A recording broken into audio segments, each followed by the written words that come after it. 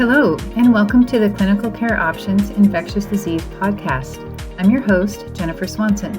Today's episode features content from an educational program titled HIV-ASSIST, a free online tool for individualized, evidence-based ART selection. During this podcast, Dr. Jehan Budak from the University of Washington in Seattle, Washington, discusses the use of HIV-ASSIST to select ART in patients with comorbidities, drug-drug interactions, and resistance mutations. For more information on Dr. Budak and a link to the full online educational program, including downloadable slides, please visit the show notes for this episode. Now, let's get started and hear what Dr. Budak has to say about using HIV-ASSIST as a time-saving educational resource to inform ART selection. Thank you, Jennifer. So welcome. We were hoping to take you through some of these cases here to really demonstrate what HIV-ASSIST can do for you when providing care. And the first case that we're going to use is a newly diagnosed treatment-naive woman. So this is a 32-year-old woman with no past medical history who just saw her primary care provider and tested positive for HIV for the first time. Her pregnancy test is negative, and her CBC and CMP results are normal. You'll see on the right in the table that her CD4 cell count is 450 or 22%. Her HIV viral load is 357,000, and her HIV-1 genotype is wild type. The other important things to note is that her Hep B and Hep C status are negative, and she happens to have an HLA-B5701 level, which is negative. And last, she does not take any co-medications. So using this case and using HIV-ASSIST, I'd like to first show you the sort of landing page and what HIV-ASSIST looks like when you go there. Please note that the website or the link does not have a hyphen, despite HIV-ASSIST actually having a hyphen. And this is what it looks like when you arrive. And you can just click on the Start Now button. There is an option to log in and have an account, and certainly we would recommend that. But there are times when I am using HIV-ASSIST and I do not log in. I just merely click on the green button to start using it. So the next screen that you'll see is actually this input screen where you can add virus characteristics or patient-specific factors. Quickly, I'm going to take you through everything that you see on this slide. You'll notice that there's a place to input mutations and adherence, which we will talk about in a subsequent case, viral load, CD4 cell count, HLA-B5701, and tropism. And then in the bottom, you'll notice that there are areas where you can input comorbidities, co-medications, treatment history, or the current regimen.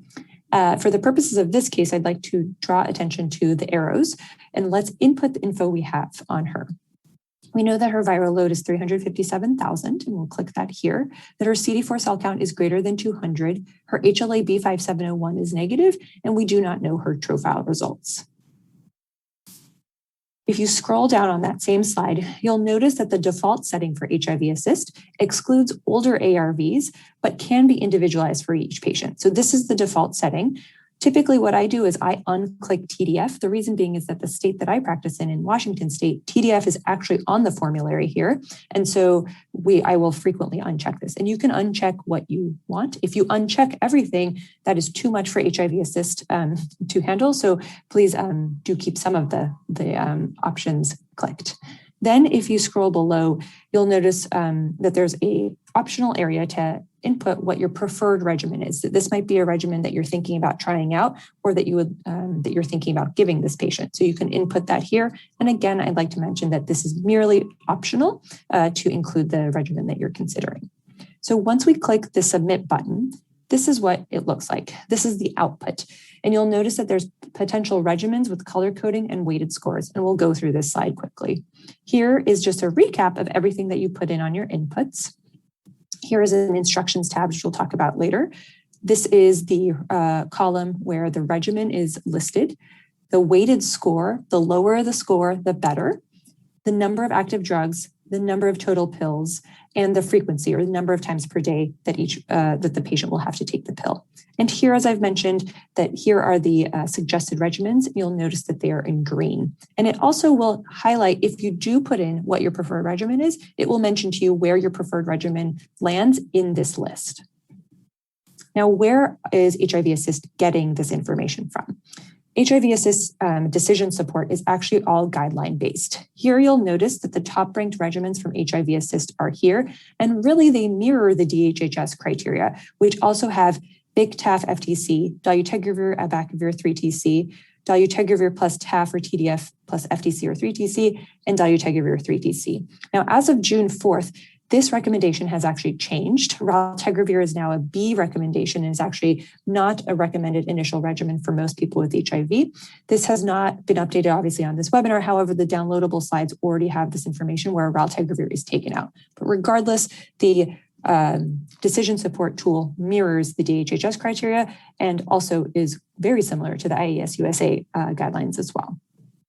So now that we know where the information comes from, I want to highlight this blue band that I had mentioned earlier, the instructions tab. If you click on that, it will expand instructions and it will link to access an explanation of where this weighted scoring came from and where the color coding came from. And this is what it looks like. It'll give you this information and it will tell you how to interpret weighted scores and color coding. Notice here that if your weighted score is less than 1.5 and that there's strong evidence for this, that it will be green. And here you will notice that then if it becomes a lower sort of recommended regimen, it becomes a light green, yellow, orange, and then ultimately red where it is not recommended or where there's very little, there's poor evidence for that. Notice here this very small note that says, note, we do not show regimens for which there is evidence against usage. So that's important in that if there is something that shouldn't be used or if there's absolutely no evidence for it, they will, or rather that there's evidence against its use, it will not appear on the list of individualized ART options. Now back to the previous screen that we were on, I wanted to highlight what happens if you click on any of the regimens. If you click on the regimen, let's say here we click on Big TAF FTC, it will open the education sheet for that medication. And this is what this looks like. If you scroll down on that slide, here is a bit of a sort of overview of the medication. And if you scroll down, as I mentioned, there's actually a nice table that includes efficacy from clinical trials. Here are, as you can see, several trials, the single Flamingo, Spring 2, and ARIA trials. And I'd like to actually draw your attention to trial 1490, which is, again, here, the trial name on the far left column, the drugs compared in the study in this middle, in the second column, the participants in the third column, and then a brief synopsis of the study in this far right column. Now, as a reminder, or rather a refresher, Trial 1490 was a randomized controlled trial of approximately 650 people who were randomized to either Big TAF FTC versus dolutegravir TAF FTC as ART start, so in treatment naive patients. And the results show that at week 96, 84 participants in the Big group versus 86 participants in the dolutegravir group achieved a viral load less than 50, demonstrating non-inferiority of the bictegravir regimen. And I'd like to draw your attention to this graph here in the far left section, where we have the HIV viral load that was less than 50 or undetectable, and the percent of patients achieving that. And here you'll see in blue is bictegravir, orange is dolutegravir, that in the full analysis set, this is what it looked like here. And then in the per protocol group, again, similarly non-inferior. Meanwhile, we can sort of go back to that summary sheet in that table and see that there's a little bit more data about bictegravir from trial 1489. And that trial was another randomized controlled trial in which bictegravir or Big TAF FTC was compared to dolutegravir, abacavir, and 3TC, again in treatment naive patients. And here, similarly to 1490, we found that at week 96, 88 participants in the bictegravir group versus 90 participants in the dolutegravir group achieved a viral load less than 50, again demonstrating non-inferiority of the bictegravir regimen. In this study, there was no treatment emergent resistance or renal tubulopathy detected in either group. Similarly here, we've got the percent of patients who achieved virologic suppression, and you'll see here again that it was non-inferior. So really all this is to show that those tables and those education sheets are coming from the data, and we thought that it'd be helpful to just review some of those key studies here today. Now let's go back to the output sheet. As we mentioned earlier, clicking on any regimen will open up an educational sheet. And we wanted to highlight here that you can also click on the regimen that you had initially said that you had preferred. So if you want to figure out more, or if you want a refresher about the data for the ART regimen that you were suggesting, clicking on it will give you the education sheet, similar as we showed with Big TAF FTC. Now, again, if you scroll down, you'll find this education sheet table, which shows efficacy of clinical trials. And for the dolutegravir 3TC option, which you might have been considering, that data comes from the Gemini study. And this, again, was another randomized controlled trial looking at dolutegravir 3TC versus TDF-FTC plus dolutegravir. And here's an image from that study, which was, again, a RCT of approximately 1,400 individuals. Similarly, was looking for non-inferiority in ART-naive adults who had a viral load of 1,000 to 500,000. So notably, this study, the Gemini study, excluded anybody whose viral load was greater than 500,000. The results showed that dolutegravir 3TC met criteria for non-inferior efficacy versus dolutegravir plus FTC TDF at week 96, and no treatment emergent resistance was observed in patients with confirmed virologic withdrawal. So basically, we know that these two regimens are non-inferior. Here on the graph, we're showing that in just a different way. On the x-axis, we have the number of weeks. On the y-axis, the percent of people who had a viral load less than 50 or undetectable. And you'll see that the orange, which is the dolutegravir FTC TDF group, essentially mirrors the dolutegravir 3TC group, showing that it's non-inferior. And here we include these tables as a resource, mainly to highlight what we have shown here in the red square, which is that the efficacy was shown out to week 144.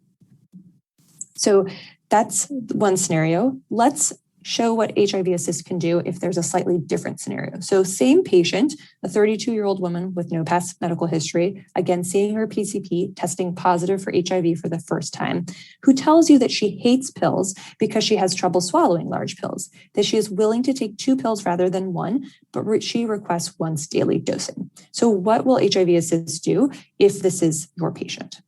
So on that same input page that we had showed earlier, I'd like to draw your attention to the adherence section here. You can click anything here that states or that matches your patient's characteristics. You can click if the patients have pill aversion or prioritize smaller pills, if the patients prefer once daily dosing, have intermittent adherence, if you would like to increase prioritization of at least 3 active drugs, or if you would like to penalize regimens with an IV or IM dosing. So in this case, the patient stated that she wanted to prioritize smaller pills and prefers once daily dosing. And then what HIV-ASSIST does is that it takes information from real life based on pill size to help decide what the sort of output should be. And here you'll notice that TAF-FTC is 12.5 by 6.4 millimeters, and that dolutegravir is 9 millimeters, really the smallest size pill combination. And what the output will show is that. And so we just did want to highlight that the algorithm says that efficacy is primary, but that the tool weighs patient-specific factors. So what we mean by that is, if we look on the left-hand side, if we have no option selected for adherence, that bictegravir TAF-FTC is the first listed regimen. Again, these are all green and these would all be reasonable, but you'll notice that there's just a bit of a ranking here. Whereas if you click that the patient has pill aversion and prefers once daily dosing, as you'll see right here, that actually TAF-FTC dolutegravir moves up to the top because, again, that is the smallest regimen. So that's what the tool does based on pill size or pill aversion. And what if the viral load is very high? So pretend we have the same patient, again, treatment naive individual, new diagnosis of HIV, who instead of having a viral load of 357,000 has a viral load of 850,000. How does the tool change based on that? So what happens is that 2-drug regimen that you had initially been considering is no longer a preferred regimen when the person's viral load is very high. As a reminder, in the Gemini 1 and 2 studies, the study only looked at people with a viral load between 1,000 and 500,000, excluding anybody above that. And so you'll notice that these are the regimens that are recommended and that the dolutegravir 3TC option is not here in green. In fact, if you want to see where that option is, you'll have to scroll quite a bit because at that point, the 2-drug regimen is now ranked 46th. Again, here you'll notice that it's this light yellow color and that it has a weighted score of 4. And if you're wondering, I wonder why that is ranking so low.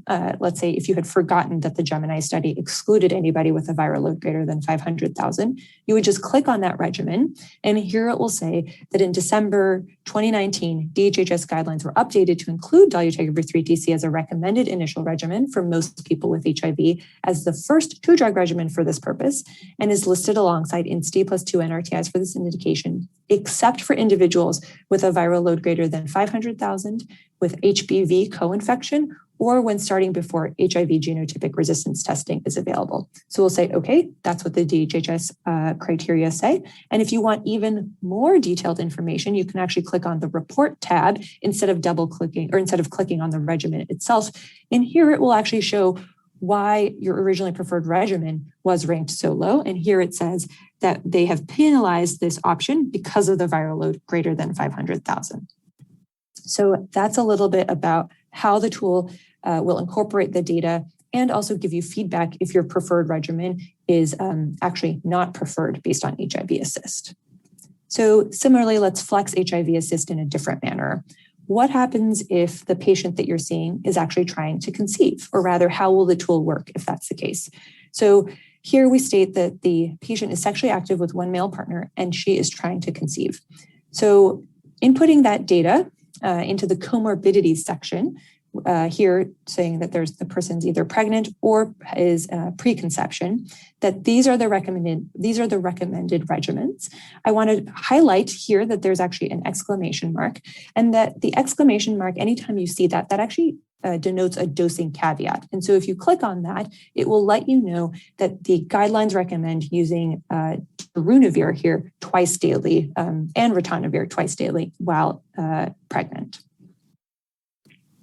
Now on the next page, if you want a little bit more information about this, if you click on additional information, again, there's a variety of ways to get more info from HIV-ASSIST. If you click on additional info, it will explain the scoring based on individual ARVs based on DHHS guidelines. So again, here it says that dolutegravir is currently a preferred anchor drug during preconception or anytime during pregnancy. I'm just going to show you again, going back, that dolutegravir is in all of these green regimens.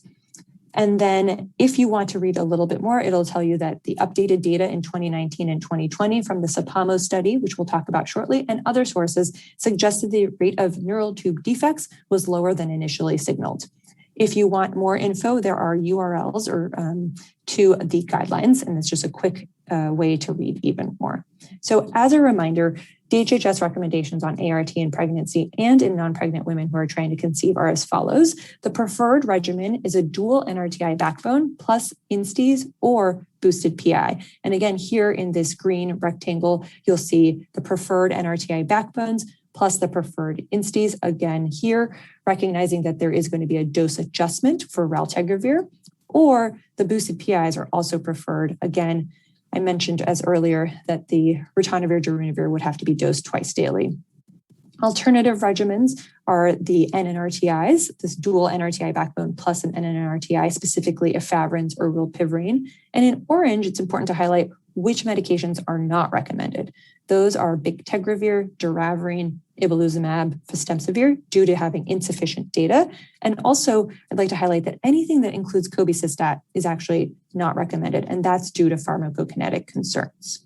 So where is some of this data coming from, and why is dolutegravir in every preferred regimen? So dolutegravir, we know, is a very potent integrase inhibitor, and unfortunately, there was a brief period where we got some signal from the SAPAMO study about neural tube defects. So the SAPAMO study was actually a birth outcomes registry study in Botswana, and an initial unplanned analysis of data from the SAPAMO study in May 2018 showed a neural tube defect prevalence with dolutegravir-based ART at conception of 0.94% versus 0.12% in the non-dolutegravir-based group, recognizing that in Botswana, the grains are not fortified with folate.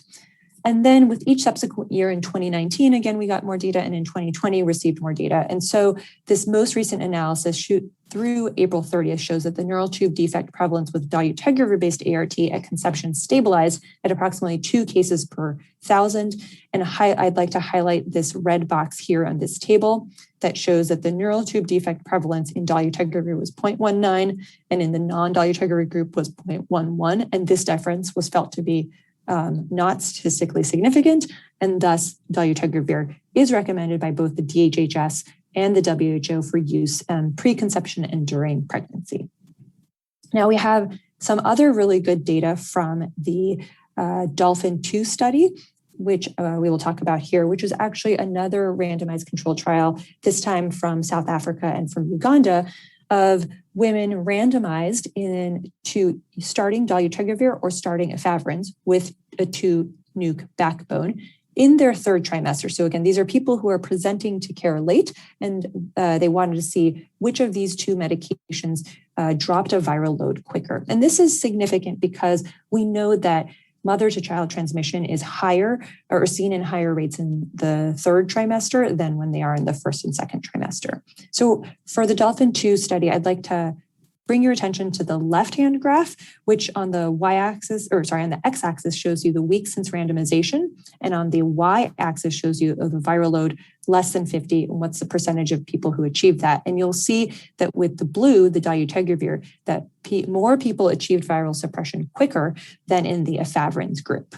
And again, that's also shown here that the median time to suppression was 4 weeks in dolutegravir versus 12 weeks with efavirenz. So dolutegravir drops a viral load quicker than efavirenz at any point during pregnancy, but this study specifically looked at the third trimester. And then this table here is again meant as a resource to show that actually both maternal and infant safety outcomes, and that dolutegravir and efavirenz are both safe and both efficacious, though dolutegravir is slightly more efficacious. And unfortunately, there were 3 mother-to-child transmissions that actually all occurred in the dolutegravir arm, but that was because people showed up to care too late. And then there was 1 transmission in the efavirenz arm that occurred postpartum. However, that occurred in a breastfed infant. So before we change gears, I just wanted to highlight some key points about using HIV-ASSIST for initial ART selection. So we know that HIV-ASSIST is a free online guideline-based support for selecting first-line ART regimens for individuals, and that although evidence-based efficacy is primary, the HIV-ASSIST algorithm also weighs tolerability factors, including patient preferences and adherence patterns, among other characteristics. That HIV-ASSIST helps providers make informed decisions by citing the primary literature underpinning those clinical guidelines. For example, where we showed that in the Gemini trial of dolutegravir and 3TC, that patients with a viral load greater than 500,000 were excluded. And similarly, where it draws that the SAPAMA trial data on the use of dolutegravir in women is preferred now during pregnancy and conception. So this is all to show that HIV-ASSIST is hopefully for you a time-saving aid that can help people quickly identify clinical evidence for various options.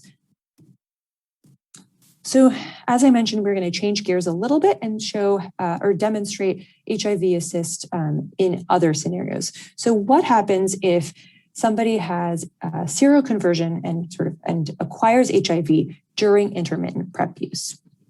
So let's take that same patient, the 32-year-old woman who had no past medical history, but we learned that she's sexually active with 2 male partners whose status she does not know, that she just saw her primary care provider and tested positive for HIV, as we were aware before, but that she states that she has been using TDF-FTC for PrEP and has been using it with intermittent adherence.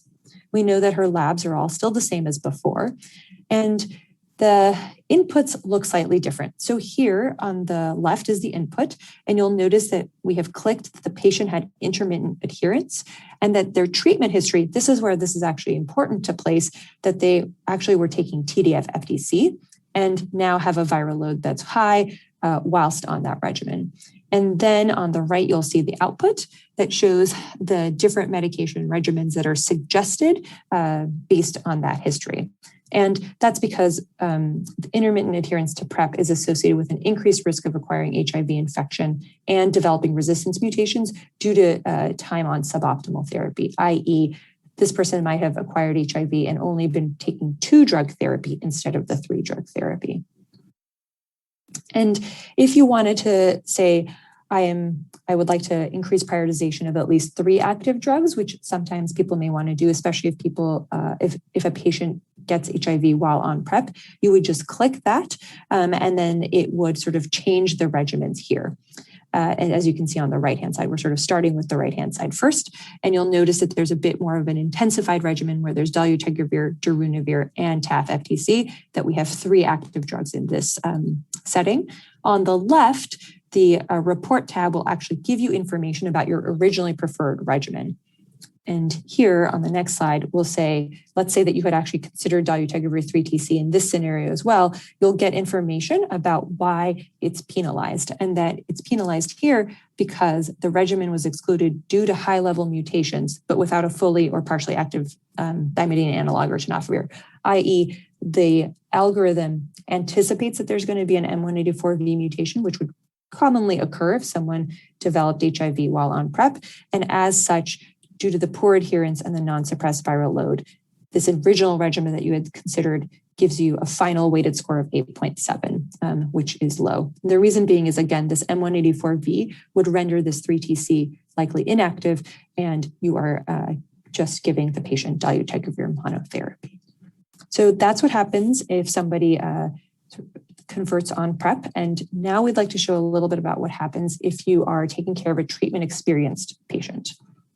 So this is actually patient case 2, in which a 39-year-old man with HIV has been on elvitegravir, cobicistat, TAF, and FTC.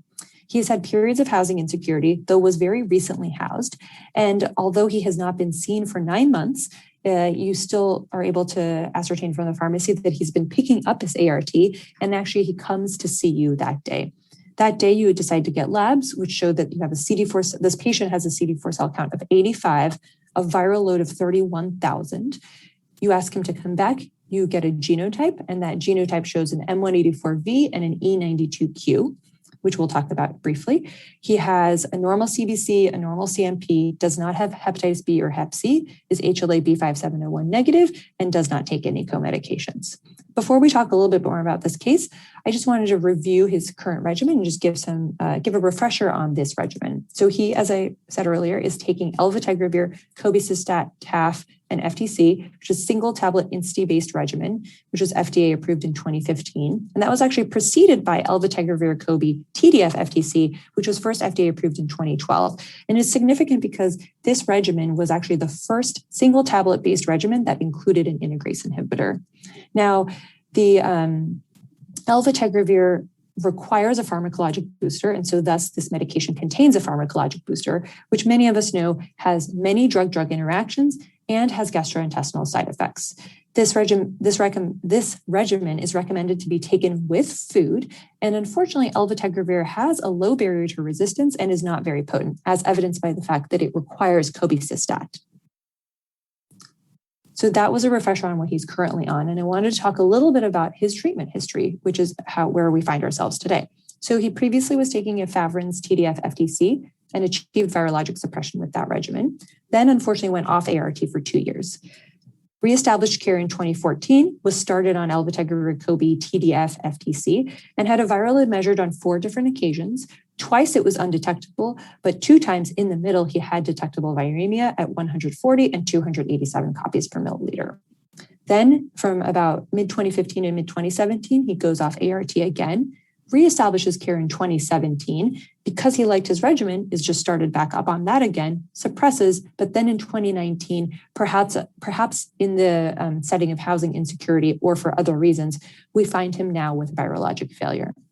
He previously did not have any mutations, but as I mentioned earlier, this most recent genotype showed an M184V mutation and an E92Q mutation. So what do these mutations mean? The M184V, as most people know, is a mutation of the reverse transcriptase gene that reduces susceptibility to 3TC and FTC greater than 100-fold, but actually increases susceptibility to tenofovir. This is sort of in written format, and here in graphical format shows the same thing, that TDF has increased susceptibility, that abacavir has low-level resistance, and that FTC and 3TC have high-level resistance that the HIV has high-level resistance against these medications. Whereas on the right, we have the E92Q, which is a common INSTI mutation that's selected for in patients taking raltegravir or elvitegravir that reduces susceptibility 5 to 10-fold for raltegravir and up to 30-fold for elvitegravir. And here you'll see high-level resistance with elvitegravir, intermediate with raltegravir, low with cabotegravir, and it sits potentially low with both bictegravir and dolutegravir. So what guidance do we have on management of this patient? The guidance we do have is from the DHHS, and this is what it states. It states that assessment and management of patients experiencing ART failure is complex, which is true, and it states that expert consultation is recommended. The new regimen should include 2 and preferably 3 fully active agents, and that evaluation of the person with HIV with virologic failure includes prior and current HIV resistance test results, which we have for this patient, viral load levels, which I've given, and CD4 cell counts over time, the latter which I haven't shared. Consideration of drug-drug and drug-food interactions. As I mentioned, he does not take any comorbidities and had housing insecurity and likely food insecurity, so it's unclear if he was able to take the Genvoya with food. Assessment of drug tolerability, adherence patterns, and ART history. We reviewed the latter one. We'll talk a little bit about these in a few slides, and that we should consider simplifying regimens so that we can improve adherence. So how can HIV-ASSIST be of help in this scenario? So here what we'll do is we'll input the antiretroviral mutations and other patient-specific factors. Here I'd like to mention that I've added the M184V and the E92Q. Notice that there is a comma separating the two. And if you're wondering how can I input these mutations, please notice that there's actually directions on what to do, or rather just a refresher on how to input the mutations here right below. Then I have clicked that he has a viral load that's 31,000. His CD4 count is 85, so it's less than 100. HLA-B5701 is negative. We don't know his tropism. But here I have added that his current regimen is Genvoya, which is helpful because then the algorithm knows that the person has a viral load of 31,000 while on Genvoya and can anticipate the mutations, even if those mutations weren't sort of typed in there. However, although I just mentioned that, it's very important to place the mutations that you have on the genotype. So this is the output that you'll get, and then it shows that that there's a different regimen based on these resistance-associated mutations. Here, it shows the mutations that we've inputted, and here it suggests to us that we use a darunavir-based regimen, either darunavir-CoB-TAF-FTC or darunavir-ritonavir plus TAF-FTC.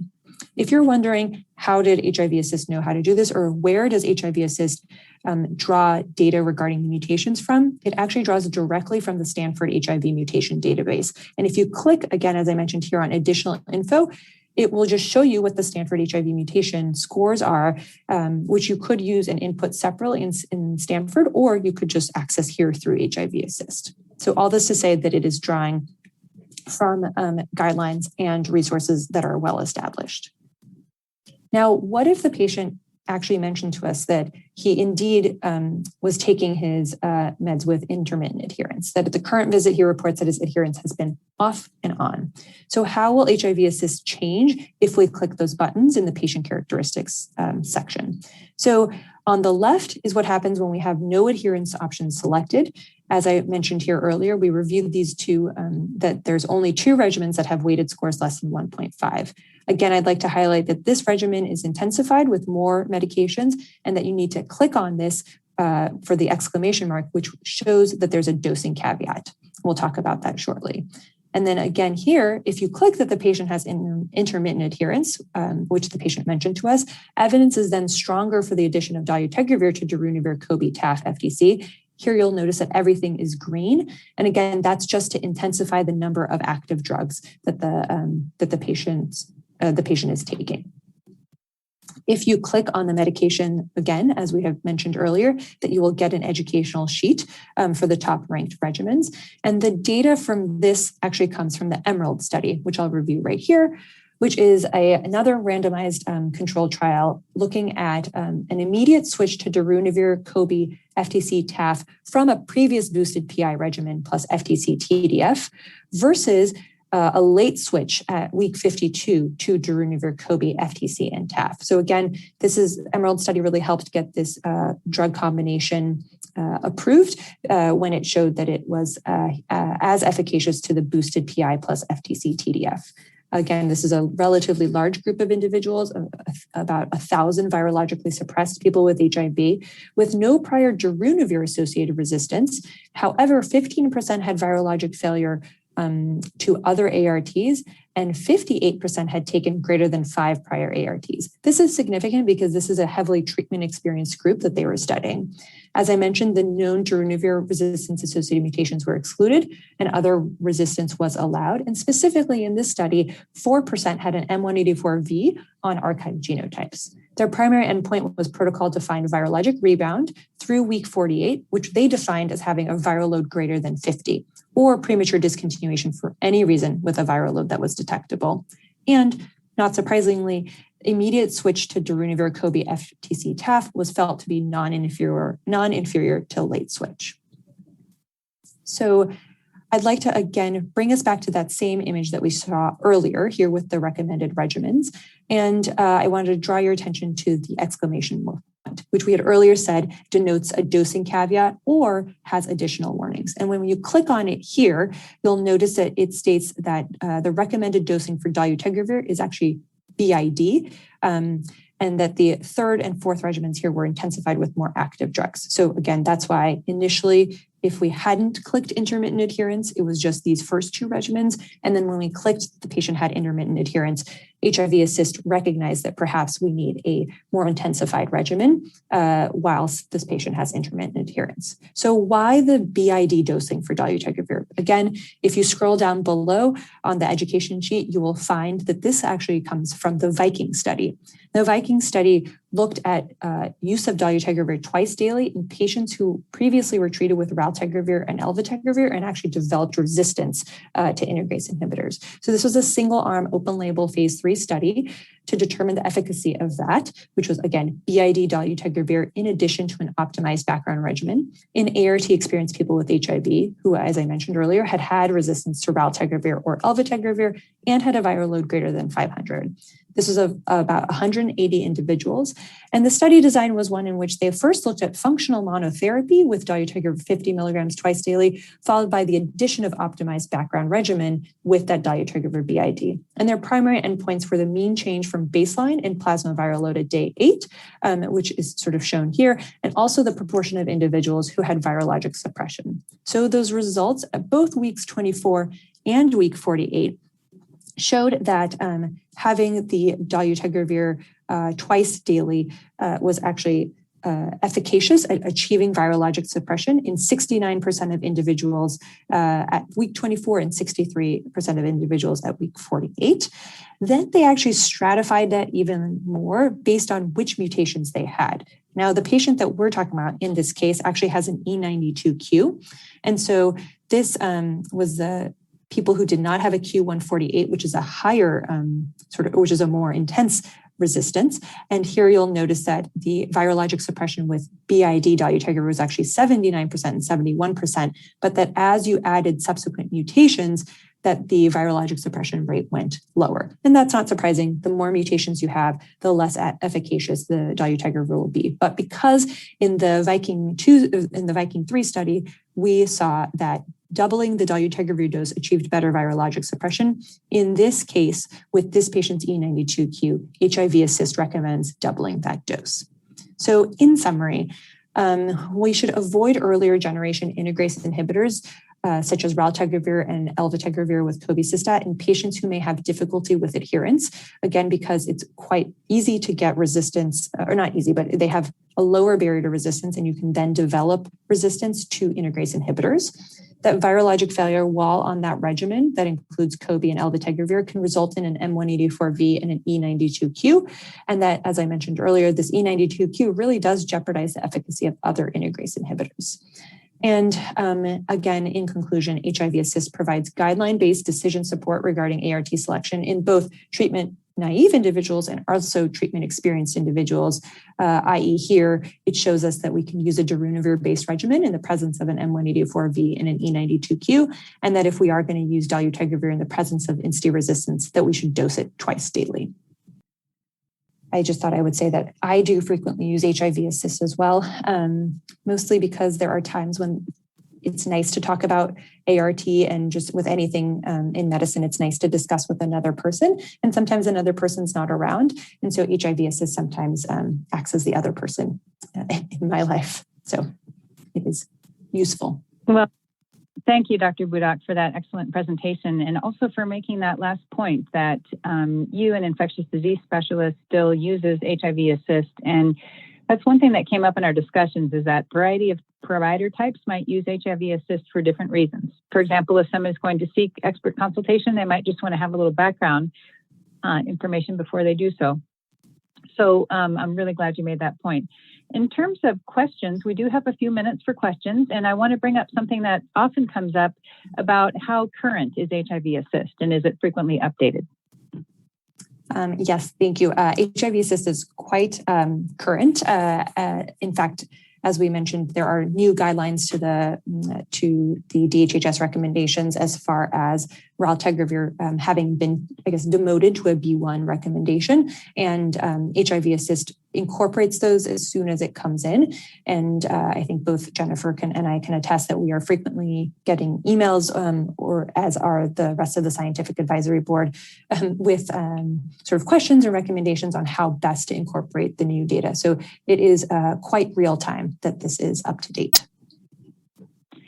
Great, thank you for that. And another question that we have here is, can you talk about how a person can access expert consultation through HIV-ASSIST? Yeah, there's actually a couple ways to do it. One is that if you're actually logged in, you can submit the case that you have presented or that you have input, and you can ask for some expert opinion. What that will do is that will actually automatically send that case to the National Clinician Consultation Center, which has a group of experts in ART and also experts in PrEP, PEP, Hep C, addiction medicine, and what have you. And with a turnaround of approximately a week, they will respond to you with their recommendations. Now, oftentimes a week might take too long to get the expert recommendations or to get a quick response. And so in that case, you can actually just directly call the National Clinician Consultation Center with the phone. And typically it'll take about 5 to 15 minutes to get a recommendation from an expert who is actually sitting there and managing a sort of warm line. Great, thank you. That's wonderful. And so I just want to underscore what Dr. Budak said, mention that through the HIV-ASSIST website, you can share your case, and that will be shared with HIV-ASSIST Scientific Advisory Board and the National Clinical Consultation Center, or you can link to the NCCT website and then use their phone number to call. And as you said, get a same-day response, which is great. Okay, and then last question here. And this has come up in almost every webinar, the difference between how the tool is going to treat treatment history versus current regimen. And what, do you have to enter things in those fields? What if you leave them blank? Thank you for bringing that up, and thank you for asking about that. So that's a question that comes up a lot about, what do I need to put in? So you can put in as much information as you have or as little information as you have. Obviously you do need a data point to use HIV-ASSIST. And so the treatment history versus the current regimen, I would say sometimes it takes some time to put in the treatment history, and that can be useful if there's a patient where you maybe don't have as many viral loads or have as many genotypes, and that treatment history and when the patient failed, the algorithm can actually anticipate what mutations might come up. So I think, again, you do not have to input that, but sometimes it can be helpful. I think for me, when I'm inputting it, I do find that it is both easier and quite important and helpful to add the current regimen that the patient is on, so that the computer knows how to incorporate that. And again, put in as little or as much as you want into the tool. And the only thing that is recommended is just to make sure that what you're putting in is correct, because we are all human. It's easy to click the wrong button. So I think it's just important to verify that your inputs are correct before you press submit so that you get an accurate recommendation. Well, thank you very much to Dr. Budak and to our listeners for joining in. As a reminder, to view the full educational program about HIV-ASSIST on the Clinical Care Options website, click on the link in the show notes. And please check back regularly for more important infectious disease topics. Thank you and have a wonderful day.